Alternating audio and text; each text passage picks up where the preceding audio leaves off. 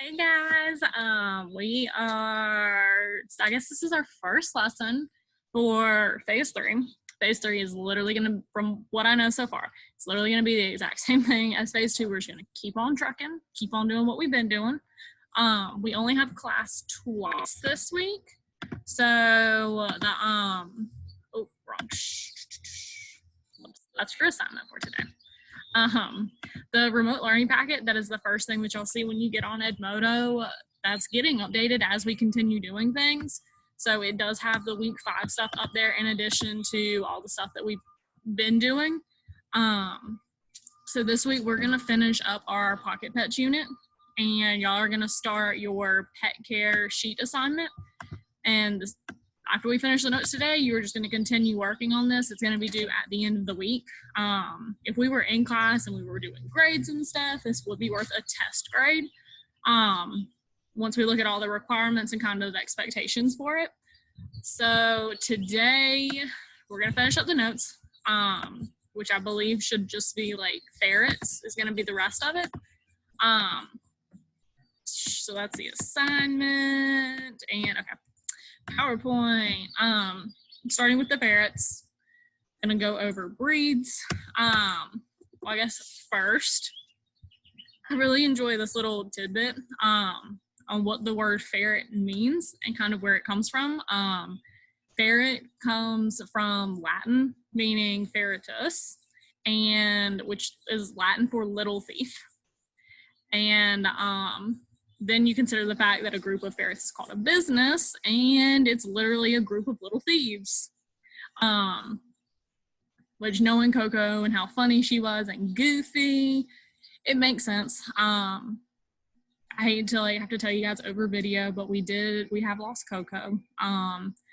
She was just really old, and we took her to the vet a couple weeks ago, and they told us that she either had kidney cancer or end-stage kidney disease, in which either case, with her age and the severity of it, there wasn't really anything that they could do or we could do. She was hurting. She wasn't doing too good. It was a very progressive thing where a couple days before she had been okay, and then the next thing we know, it's just a steady decline of she's not doing too well. We did end up putting her down. Whenever teachers can get back in the school, we are going to bury her in the courtyard. The vet clinic right now, they're holding her for us. They've got her frozen so that we can keep her body and we can bury it when we can get back into the school. But I wanted to let you guys know what happened. It's really sad. I was very upset, I'm not going to lie. But I wanted to tell you guys that while we're talking about the ferrets. The first breed that we're going to get into is the common sable. This is going to be the most common color that you're going to see, hence common in the name. It's a very typical coloring pattern, and Coco was pretty close to this. And Coco's prime, she was probably much darker. And then as things age, people, dogs, ferrets, their coloring does end up fading some and getting a lot lighter. So the colors can also range. This one will probably be a bit on the darker side when it comes to light versus dark, depending on what the colors are or what the shades are of the underfur and the guard hairs. So the underfur is going to be this lighter color that we see underneath. And the guard hairs are going to be the colors, the hair on top. And kind of like a shirt and a jacket.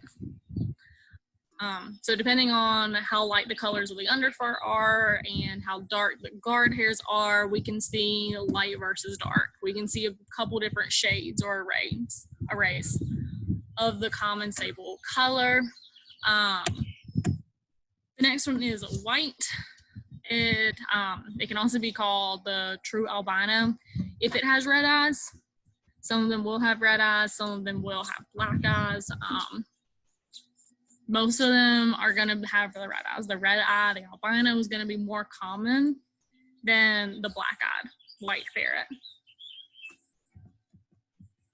The silver mint, kind of like the common sable, but instead of the much darker guard hairs on the outside, they are a little bit lighter, and the underfur is going to be more white, then it's going to be kind of cream, which is what kind of gives it the silvery appearance, the silver mitt.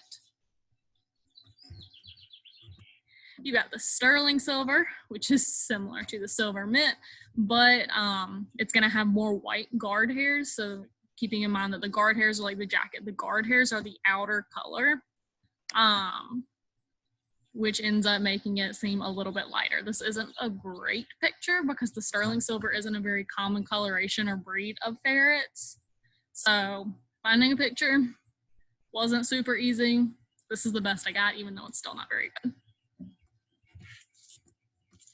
You get the butterscotch, which underfur is the same as the sable, meaning it's going to be lighter. The underfur is the shirt. It's that first layer. But then the guard hairs, the mask, which is like the dark color that we normally see around the eyes, like they're literally wearing a mask. Instead of them being black, they're more of this light brownish, giving it kind of this butterscotch color. So instead of black, it ends up being brown. And then the brown mixing with the white ends up creating this kind of tannish color. The thing that you really can kind of look for is the mask and what color the mask is. The cinnamon, more white underfur. White underfur is going to be very, very common. Where we get the different colorations is going to depend on the guard hairs. So the guard hairs in the cinnamon are going to be this reddish brown color. So that when they end up mixing with the white, you get kind of this cinnamony color. Diseases affecting ferrets. Ferrets they do have their own strain of canine distemper, which is a viral disease. Ferrets are typically going to need to be vaccinated against it. Ferrets can get rabies, they can get canine distemper. So those are going to be two diseases that you're typically going to want your ferret to be vaccinated against, because neither of them are very treatable. What you're going to end up seeing, it's a viral disease, so you're going to see some discharge from the eyes and the nose, so some goo, some snot, some breathing problems, some respiratory issues, and some diarrhea. The best thing you can do, like I said, going to be vaccinate them. If their mother wasn't vaccinated properly, then the kits or the babies are going to need to be vaccinated at 12 months and then given boosters every year. If the mother was vaccinated, then the kits will receive immunity. And again, the treatment is not effective. This is something that you want to prevent because there isn't really any treating it. Hemorrhagic enteritis. A hemorrhage is basically like a burst blood vessel. And enteritis is inflammation of the intestines. So essentially, it's a blood vessel near the intestines that burst and ends up causing some inflammation and some bleeding. So with it being in the intestines and bloody, then you're going to see bloody diarrhea. Anytime you see blood in the diarrhea, you're going to want to take your animal to the vet, because that's going to be something internal. And that's something that you want to get checked out and fixed as soon as possible. What you'll end up seeing outside of the bloody diarrhea, your animal's not going to be very hungry. They've got some inflammation in their digestive system, and that's going to in turn end up affecting their appetite. So you're going to see them not wanting to eat and therefore losing weight. And that could also mean they're probably not going to want to drink anything either. So they're going to get dehydrated, they're going to be hot, they may be lethargic. But thankfully, it's relatively easy to treat.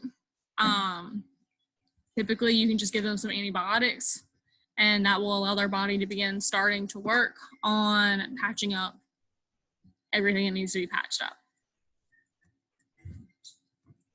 Ferrets can also get botulism. Botulism is kind of like food poisoning on steroids.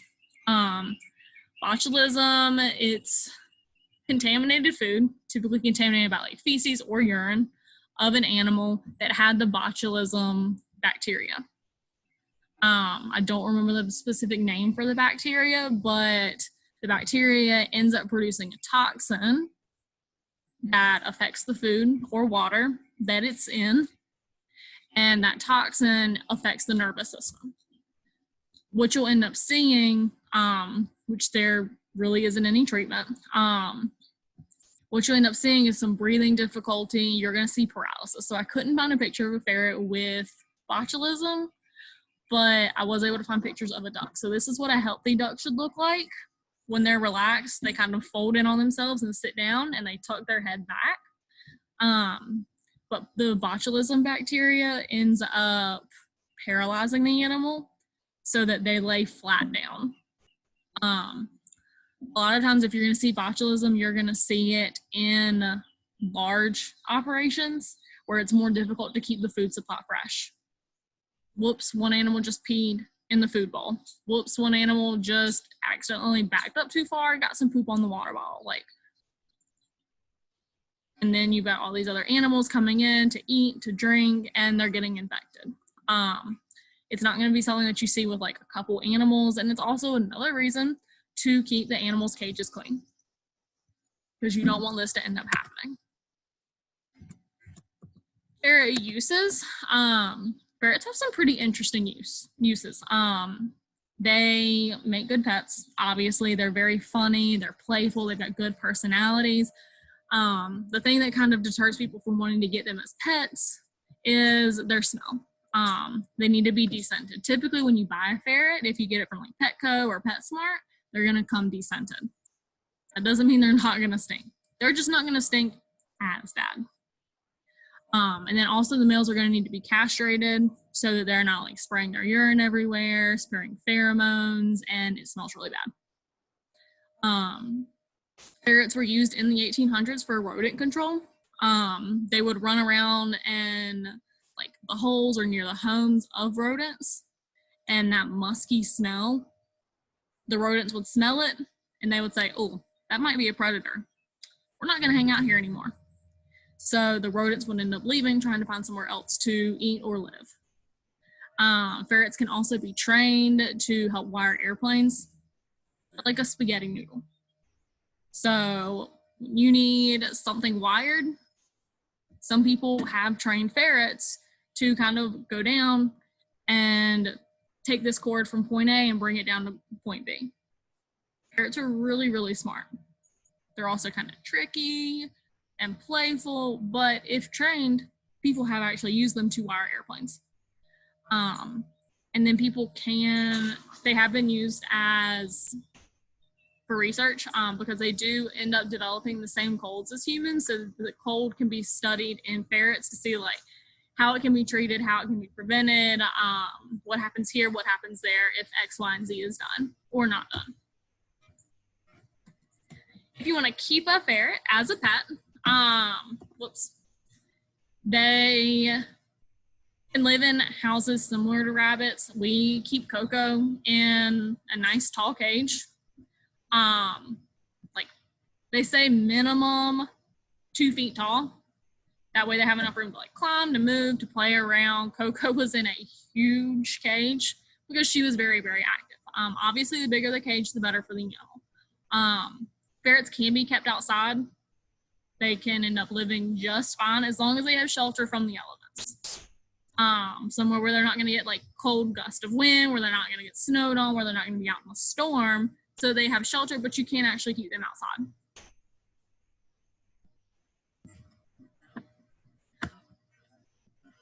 When it comes to their toys, they do love all kinds of toys, especially when they're younger. They will play with just about anything. They will climb on just about anything. And they can be escape artists when they're in their prime.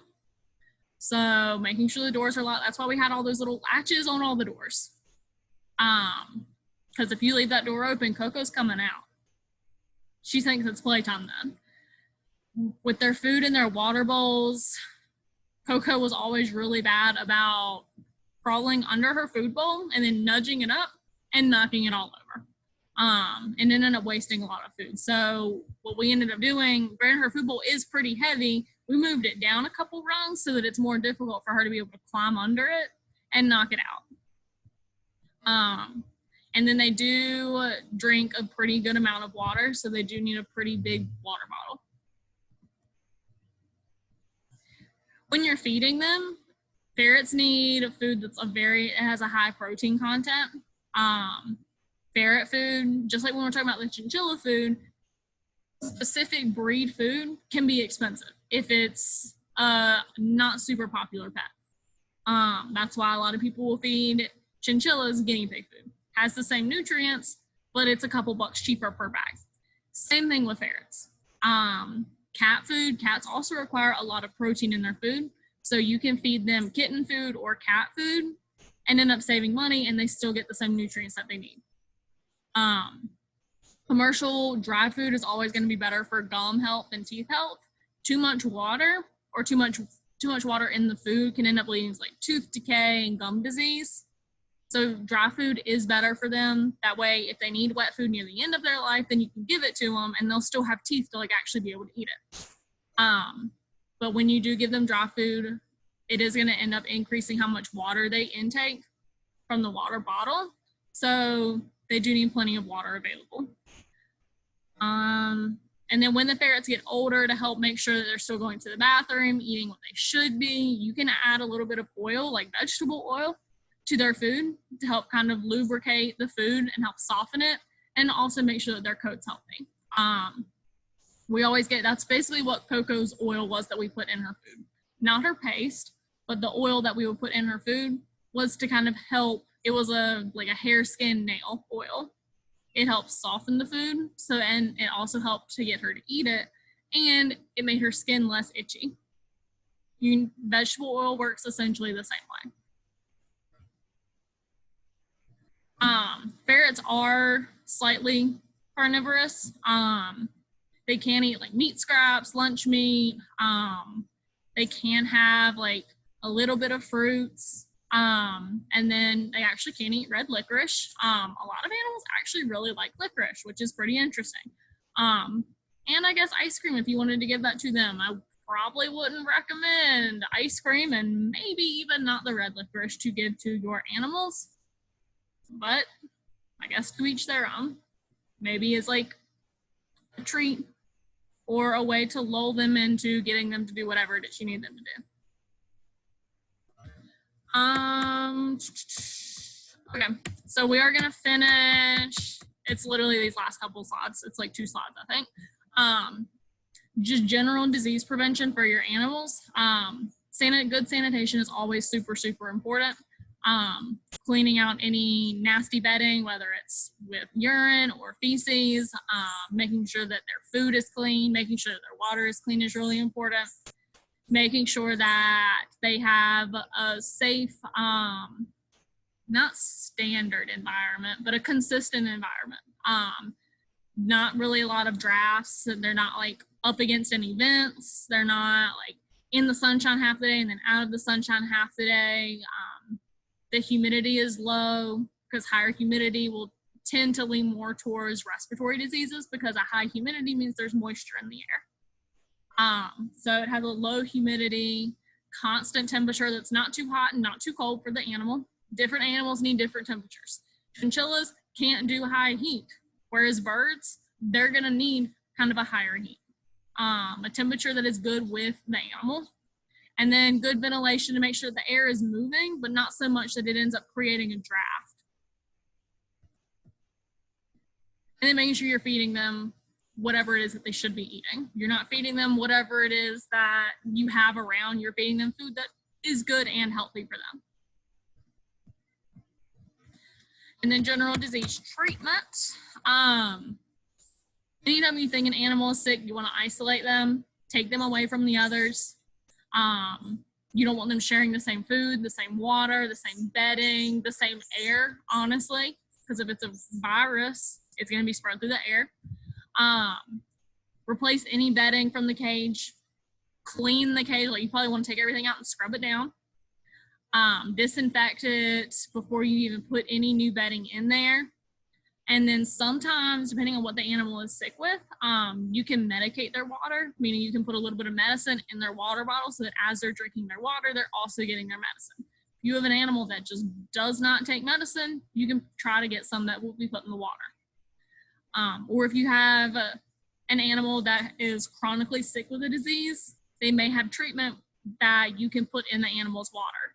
So that rather than you giving them medicine every single day, or once a week or twice a week or something like that, you can just make sure their water bottle is full with their medicine and mixed with water, and then you don't have to fight it or try to remember it.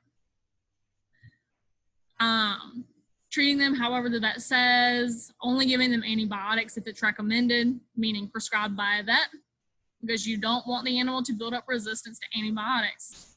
And whenever they do need antibiotics, well, sorry, antibiotics don't really work too well for your animal anymore. Only give antibiotics if your animal needs it and it's recommended by a vet. Dispose of dead animals properly. Depending on some animal diseases, you may literally have to incinerate their bodies, meaning you get them cremated. Some of them you're going to be able to take them and bury them, but disposing of the dead animals properly. Cull any animals that don't show signs of improving. Put them down if they're not going to get any better, if they're suffering, if that's what needs to be done. Improve environmental conditions. So last slide, drafts, temperature, humidity, things like that. If your animal's getting sick because of that, you need to fix it because that's an easy fix. And then avoid breeding animals that may have inherited diseases. If you have animals that are at risk for one disease or have a higher chance of having this, or if they do have whatever it is, then you don't want to use them for breeding and end up passing that on. And then use recommended pesticides to control pests. Fleas, ticks, heartworms, depending on whatever it is, recommended pesticides to try to control those pests. So getting into your assignment for the day, y'all are going to create a pet care sheet. So scenario. You guys, you've recently been hired at Petco or PetSmart, it doesn't really matter. Manager asks about your experience with the animals. And you're like, oh, well, in high school, I took a small animal course and we talked about dogs and cats and we talked about pocket pets. And they're like, oh, pocket pets, perfect. What I want you to do is create a care sheet. If you don't know what a care sheet is, anytime you go and buy an animal from one of these places, they give you a sheet, more than likely a couple of sheets, that says, here's your animal, here's what you should expect, here are things that you may need to watch out for, X, Y, and Z, so that you kind of know what you're walking into. So your manager has just asked you to create a pet care sheet. So you guys are gonna pick one of these animals, one of the pocket pets or rabbit that we talked about, gerbil, chinchilla, guinea pig, hamster, rat, ferret, mouse, rabbit. You're going to pick one of them. You can pick a specific breed if you want to, or you can stick general with it. It does not particularly matter to me as long as it's one of these animals. And you're going to create some kind of Word document, whether it's Microsoft Word, Google Docs, whatever it is. And you are going to include all of these things in your care sheet. This is, again, why you're going to have all week to work on this. This isn't going to be due until like Sunday. Sunday. So you need to include the normal behavior. If someone adopts a mouse, what is the normal behavior? When are they going to be active? Are they social with other animals and other people? Do they require something to chew on? Like, what can you expect when you bring this animal home? About how big are they going to get? About how long are they going to live? What kind of food should you feed them? Are they an herbivore, a carnivore, an omnivore? And then get into more specifics with their diet. What should they eat? How much should they eat on a day-to-day basis? What are some good snacks, some good treats? Are there any foods that you should absolutely avoid or be cautious giving to your animal? What kind of housing do they need? How big of a cage should they have? Should it have multiple levels? Like mice, we said that they don't have good eyesight, so they shouldn't have multiple levels. They could fall off, they could get hurt. Whereas animals like ferrets that are very active are probably going to do better with multiple levels. What kind of temperature do they live best at? You can give me a range. And then what kind of bedding works really good for them? Are there types that you should avoid? Is there types that are recommended? Does it not really matter? What kind of bedding? Habitat maintenance. How often should their cage be cleaned? How should it be cleaned? How should the animal be groomed? Should they be brushed? Do they need haircuts? If you pick the guinea pig and you do the Peruvian guinea pig with the super long hair, they're probably gonna need like a whole haircut. But if you do the American guinea pig, then they might just need to be brushed or just be recommended that, hey, they're gonna probably end up shedding some. What are some grooming tools that may be required? Grooming is not just with their hair, it's also like their nails. Don't forget about nail clippers. Don't forget about if they're gonna need baths. And then lastly, any health issues. What are the signs of a healthy animal? That could be temperature, that could be activity, that could be how much they're eating. What are some red flags? If your animal suddenly goes off food, if they're very lethargic, they don't want to get up. What are some red flags of like, hey, I need to keep my eye on this because this could be a problem. And then what are some common health issues? Diseases, pests, things like that. With the common health issues, make sure you remember to include the name of the issue. So canine distemper for ferrets, symptoms of canine distemper, and prevention/treatment of this disease. You're going to create all of this stuff in a Word document. You've got a week to work on it because I get it. It's kind of a big assignment.